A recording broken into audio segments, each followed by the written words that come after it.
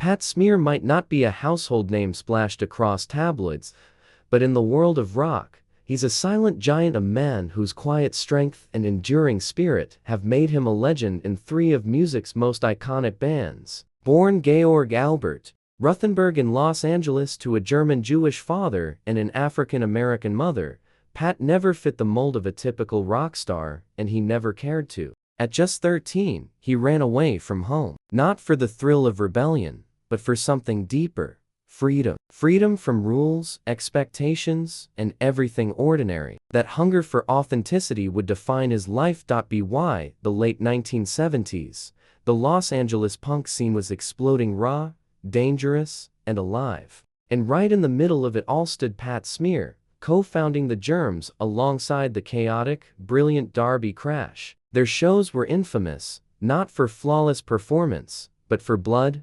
destruction, and sometimes even arrests. They weren't playing music, they were starting fires. Their only studio album, G.I., produced by Joan Jett, didn't just make noise, it made history. But punk, like many things wild and beautiful, often comes with tragedy. Darby Crash died of a heroin overdose in 1980, just one day before John Lennon was murdered. For Pat, who was barely 21, the loss was staggering. What followed was a period of drift, occasional gigs, bit parts in films, and side appearances in bands. Pat never forced his way back into the spotlight. He was like a shadow in the wings of rock history, always close, never needing to be center stage. That all changed in 1993, when Nirvana invited him to join as a touring guitarist. Suddenly, Pat Smear was on stage with the most influential band in the world. But Nirvana was unraveling. Fame had poisoned the well,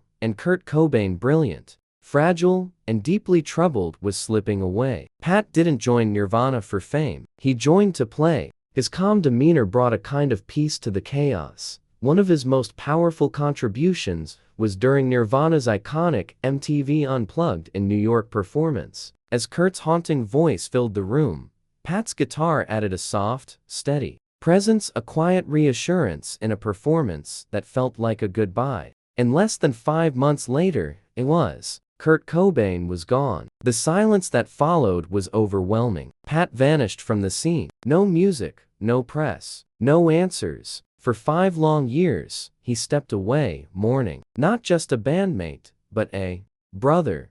But then came a call from Dave Grohl, Nirvana's drummer, now building something new out of grief: Foo Fighters. Dave didn't just want a guitarist. He wanted Pat. What began as casual jam sessions quickly evolved. By 1997, Pat Smear was part of Foo Fighters, and the band would become one of the most celebrated rock acts of the 2000s. Albums like There Is Nothing Left to Lose and Wasting Light weren't just hits. They were healing. And though Pat wasn't out front, he was the heartbeat. Quiet, steady, essential.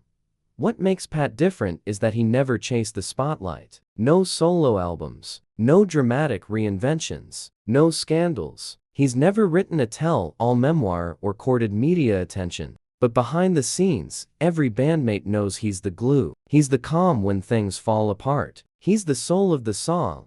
Beside music, his life is as eclectic as his resume. He collects exotic pets: parrots, snakes, reptiles. He's a huge fan of Prince and 70-second sitcoms. He shares a deep, long-time relationship with his husband and lives modestly, staying clear of the excess that swallows so many in his industry. Despite playing in the Germs, Nirvana, and Foo Fighters, Pat carries himself with humility. He walks through the world with no need for recognition, content just to play, but the ghosts still linger. Darby Crash, Kurt Cobain, and most recently, Taylor Hawkins, Foo Fighters' electrifying drummer, who passed away suddenly. At tribute concerts, Pat's performances were heartbreakingly raw. His guitar sounded like it was mourning too. And yet, Pat took the stage the next night, and the night after that, because that's what he does. He plays, not for applause, but because it matters.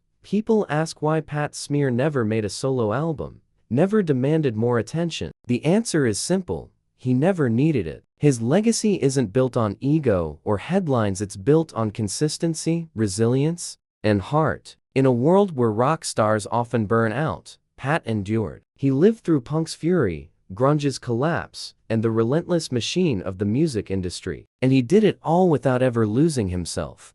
Pat Smear doesn't chase legacy. He lives it one quiet moment at a time. This is Starloop News, where we dive deep into the untold stories behind rock legends and the emotions that shaped music history. If this story moved you, hit that like button, subscribe for more iconic music moments, and ring that bell so you never miss a beat. Rock on and stay tuned.